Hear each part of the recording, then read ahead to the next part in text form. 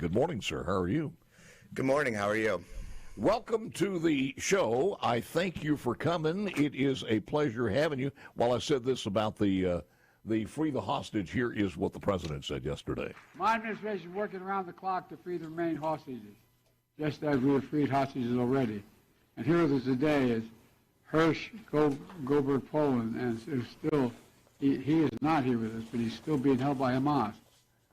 He introduced him as he was there, and then, of course, he's not there. He is still under a prisoner, so yeah, we have no idea what's going on. But when you look at the situation, your a brief insight and analysis on everything that's going on.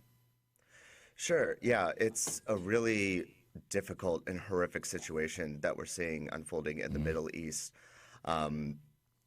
When I went to my first year of rabbinical school, there was a flare-up of the conflict in 2014 with incursion into Gaza in response to 3 Israeli boys who were kidnapped outside of Hebron and were taken by Hamas and other terrorist operatives. And we see how quickly there's retaliatory violence that can happen on both sides, and these things spiral so viciously. So on October 7th, the whole Jewish community, the whole world felt that gut-wrenching violence and how quickly we saw things spiral into the chaotic and deeply, deeply unfortunate situation that we're seeing today. Yeah. I didn't have a chance to do this earlier, but you come from the land of 10,000 frozen lakes. Yes, I do.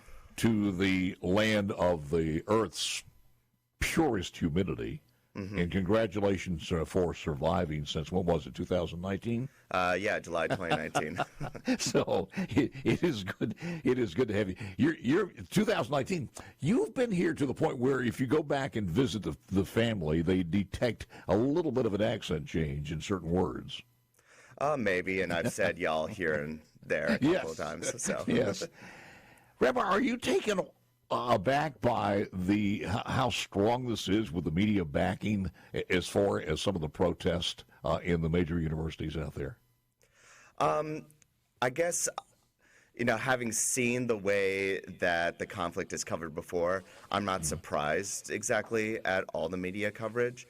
What is really shocking this time around, for me at least, is some of the lack of nuance that we're seeing in the protest environment. I mean, especially coming from the Jewish tradition where discussion and debate are cornerstones of our faith. And we know that in some of the protest environments, they're raising legitimate questions, but this crossing the line into the lines of saying like Hamas's next targets and that this violence is justified, that is quite frightening. And that's what I know the Jewish community is really concerned with. And within the protest movement, there are Jews who are protesting the war, and we find the time to have those discussions and raise those questions. But when you cross the line into justifying that kind of violence, you've gone too far. Do you think any of these young students equate their actions with having some viable effect to stop the war, though? I mean, it's almost like Black Lives Matter in some cases, and I'm stretching here a little bit, complaining about, or using the basis of their protest on slavery. Nobody today is involved in slavery as far as slavery, racial slavery right now. We have slavery, sex slaves and things such as that, but the people that they're protesting against have nothing to do with it. And the students at the universities, and for the most part, the students and their families have nothing to do with this. No guiding effects on what goes on in Israel. So do you think they make that connection? Whether they feel like, like the Israeli government, for example, or especially, many of them are raising these issues with Jewish institutions here at home. I think what I see in some of the protest movement is I understand the wanting to raise the national debate and conversation. And again, I believe there are legitimate points to talk about, especially with the humanitarian crisis and, what the future is for these people, especially for folks who really want to see kind kind of a joint redemption that shows that there's a future for Israelis and Palestinians together. There are those things that can be raised, but like when they're talking about local universities divesting from Israel, and we've seen some articles, I know have been written in the Jewish Daily Forward about, is that really going to make much of an effect? Is that enough of a statement to really make any noise, which I'm not really sure it is. I feel that isolating the Jewish community and Jewish institutions isn't the way. It's through relationships that these things are built. But as far as raising the national debate, I think the protest movements have definitely done that, and we have lots of difficult things to talk about when it comes to free speech, and also then some of the violence that has been shared in some of these spaces. It is remarkable when you say that, too, that none of the protests that I've seen have been toward some of the Democrats' biggest donors, as far as some Jewish people who are some of the biggest donors in corporate America and powerful people who still give to the Democrat Party. You don't see a lot of that, and I wonder why some of these folks still contribute to people like Joe Biden, and they still contribute to some of the causes, and some of that money goes into nonprofits that have become activists, and I do not understand that. Can you explain that? Well, as far as the political scene and donors like that, I'm not as tapped in to that side of it. But I think what we're really seeing the protests being focused on is, they're focusing on institutions and the guiding principles that those institutions govern, especially in campus spaces like Hillel, which is one of the college Jewish life outlets, and we've seen protests where they've called for Hillel to be removed from campus, and like that, asking for the major organizer of Jewish life on campus to be removed.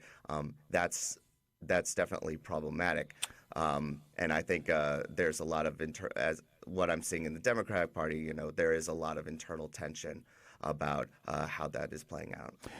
True or false, what basically Hamas has said is, we want to wipe out the Jewish nation. We don't want anything to be left. We will not stop until that happens. How do you fight a war and go after your enemy who has attacked you numerous times without any warning, any provocation at all, because it is their religion? That's the mission that they've set forth. How do you do, if you're Netanyahu, and you understand they're still there in the tunnels, they're embedded in some of the major cities, and you know that there's collateral damage, and the reason there's collateral damage is not because Netanyahu is going after innocent people. They've got as close as they can get to targeted bombing. They're in the tunnels. They've embedded themselves with some of the people in the hospital and in the schools, and they've got to go after these people. If you're there, aside from all of the political crap that's going on, how do you fight this war to understand that it's going to happen again and again and again if you're responsible for the safety of its people? Because the whole protest is over the collateral damage, is it not?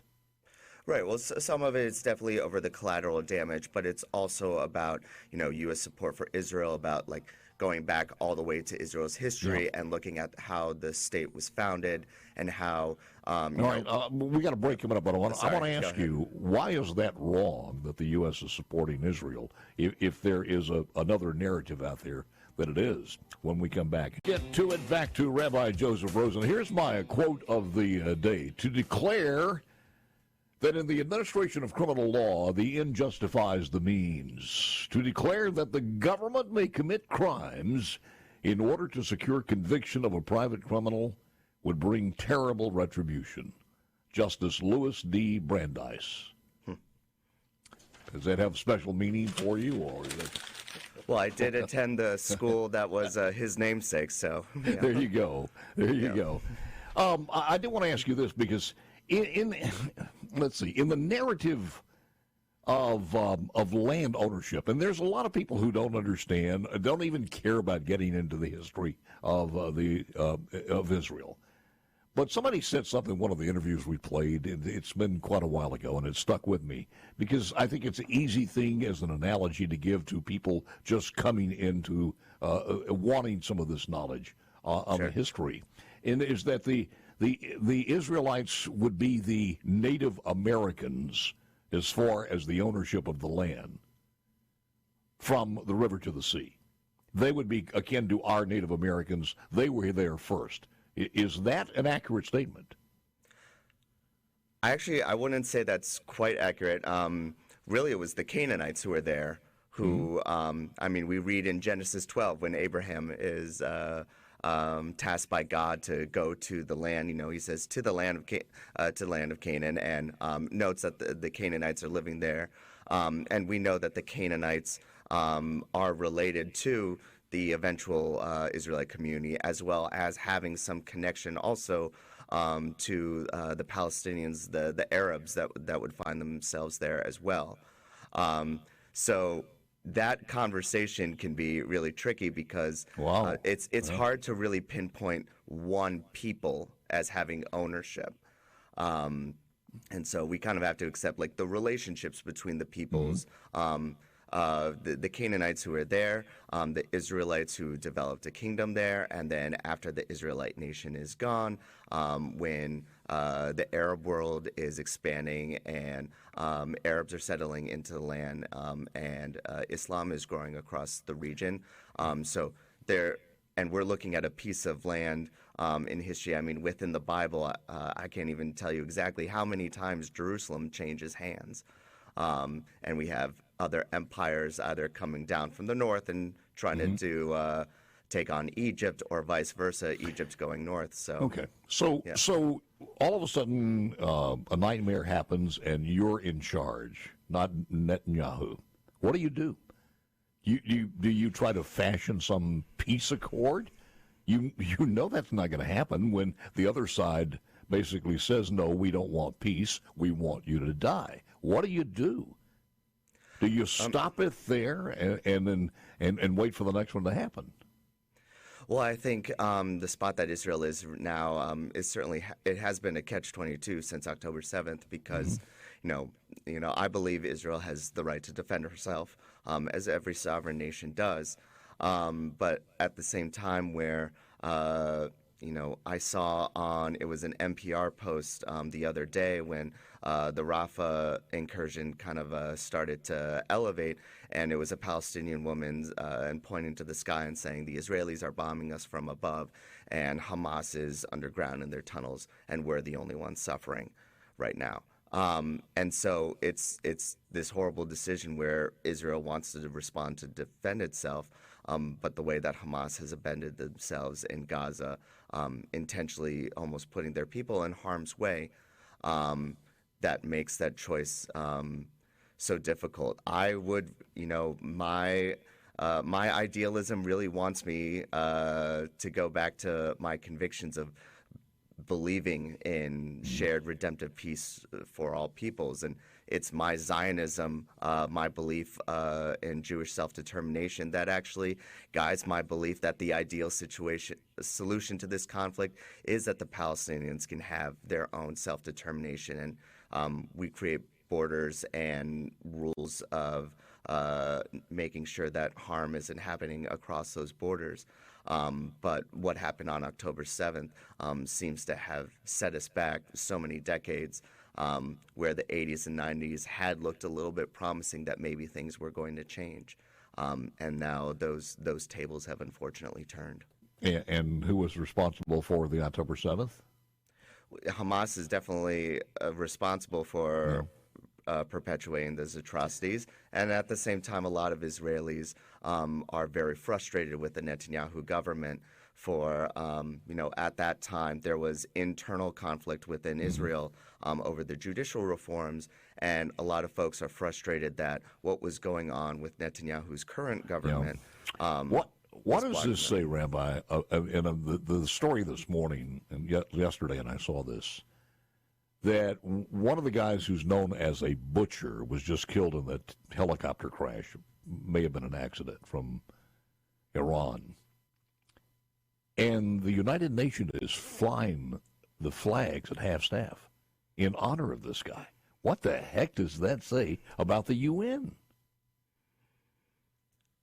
I'm not as tapped into the politics of the United Nations, and but yeah, I'm concerned about that kind of honor given to someone who has perpetuated such violence Let me ask you this. harm in his own country. What do you think what's the lasting effect as far as these kids getting out of the university? Because hey, let me squeeze this one in while you think about this. Welcome to Gaza graduation. Let's see how much students actually know what they stand for. If you get them right, you win $100. First question, have you guys chanted from the river to the sea? Yes. Okay, which river, which sea? The Sea of... So you don't know. No. And the answer was the Mediterranean and the Jordan. What does Hamas say their number one goal is according to their charter? They just wanted to free Palestine. It's to murder all Jews around the world. How many years did Israel occupy Gaza? Late 1800s, the entire time. Since 48. It was actually under Egyptian control for the first 20 or so years, and then Israel actually left Gaza in 2006. I'm shocked. Wait, they left? What is the definition of Zionism? Doesn't that mean you hate Palestinians, right? Jewish people who think that Judaism is the highest race. Zionism actually just means that you think Jews are entitled to having their own homeland to protect themselves from another Holocaust. You don't even have to be Jewish. That makes you a Zionist. Okay. What does Antifada revolution mean? I don't know what that means. But you've chanted it? Yeah. It's like a global call to murder Jews. Wow. Wow. Did you know you said that? No. Would you say it again? Probably not. How much have our foreign adversaries donated to American universities in the last decade? No idea. I couldn't give you a number on that. The answer was over $6 billion. How many Gazan refugees have the Arab neighboring countries let in the last few months? 35,000. The answer was 0. Look, you asked an education major about Students don't seem to know what they stand for. So wouldn't it be great if these expensive colleges actually taught them something? There you go. It is amazing because this generation now is going to carry that in the strange times that we're living in, because this racism is being inculcated into these students, and it's almost like it's not in the hills and hollows of West Virginia or Mississippi as far as Klans are concerned. This racism is coming from major universities. Yeah, and the really truly depressing and horrifying fact is that we have students who are either intentionally ignoring the nuance or catching on to the slogans without fully reflecting and delving into what they mean. Again, I say that there are legitimate questions to raise and legitimate things to talk about that the protest movement has lifted, but we also are seeing so much of this troubling language crossing the line, and students willing because they're into the slogan. It's easy to say, and sometimes things rhyme. The Beth Israel Congregation's Rabbi Joseph Rosen, am I getting from you that even within your congregation there are mixed feelings as far as Netanyahu, whether he should stop it or continue it? Certainly, the Jewish people are not a monolith, like many religious communities, and like I said to you before, discussion and debate are things that are cornerstones of our faith, and religious law in the Jewish tradition is laid out in debate, where even minority opinions are always preserved to show how we get from here to there.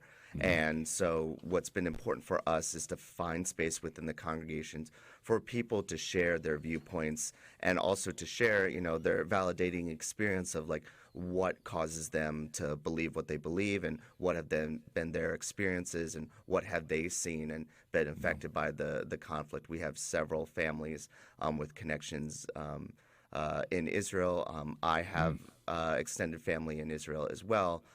So we're all, hearing from our relatives and our friends and taking in the plurality of views to work through these things together. That's got to be horrific.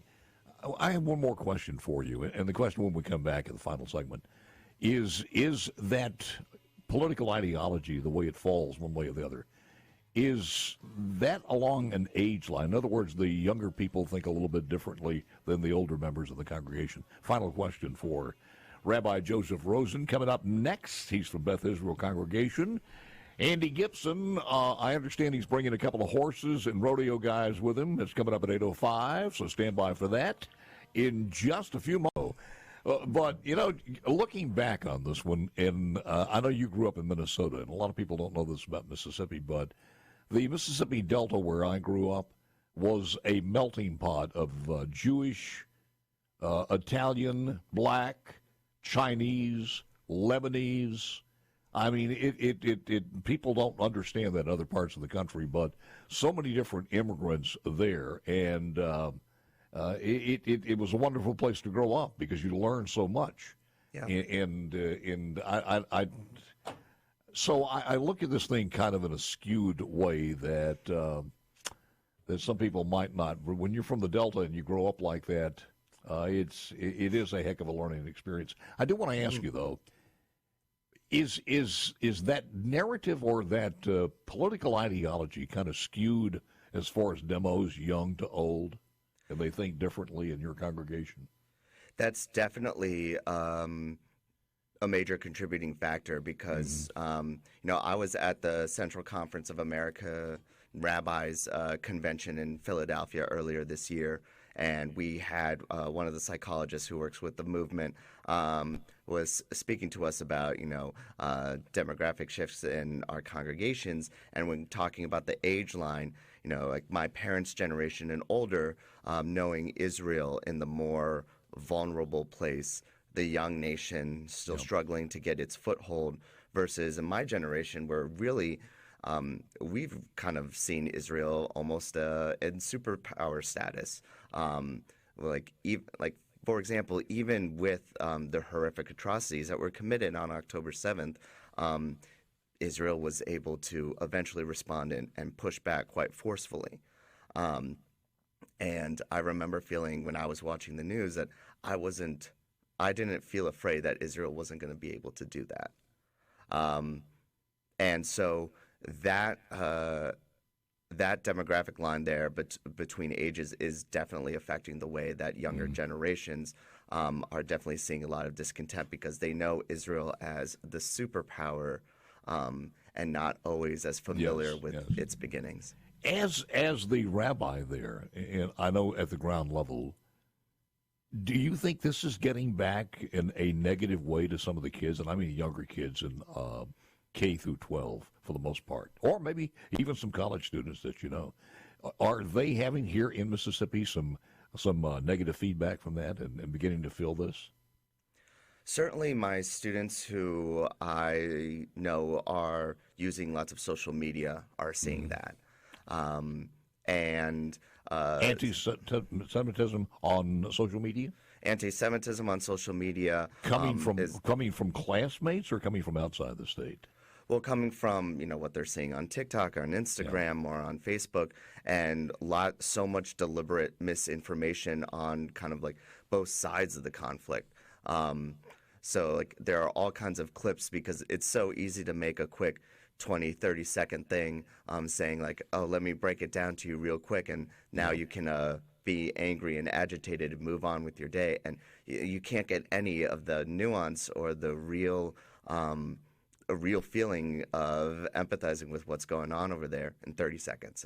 It's impossible. It's almost impossible, yeah, because number one, you don't even know what's real or not. We see some films that look real of some people staging an injury on a bed or something in Gaza or someplace like that. And why would they have to stage that in the first place? So you never know what's real. As you said, these people are right now, certainly with AI, can create just about anything. Sure, and you know there are real horrific scenes that are actually happening. Yeah. But you know, for me, what's most concerning is like the information of people who want to like break down the history and say like this is the simple way of understanding that, and there's no simple way of understanding. No, it's not. Do you know anybody who knows anyone who has hostages over there? Not as directly close to me, but you know. The Jewish world often feels so small. Everyone knows everyone. We play Jewish geography and 6 degrees of separation, and you get to and Kevin Bacon's not even Jewish. Sure. And you get to someone who's directly impacted, so that makes things feel very close that way. And that's why we're staying attuned and holding each other. And even with and you mentioned the division within our own communities, we're still finding the way to keep empathy, that delicate thread of humanity that's keeping us from not wishing violence upon each other. Our prayers are that there is a solution, and we see it pretty soon. Rabbi Joseph Rosen, thank you for coming in. I appreciate it, sir. It's good to meet you. Thank you for having me, and thanks for inviting the story. You haven't put on any pounds at all from living here and eating here so far, right? Yeah, definitely. Thank you.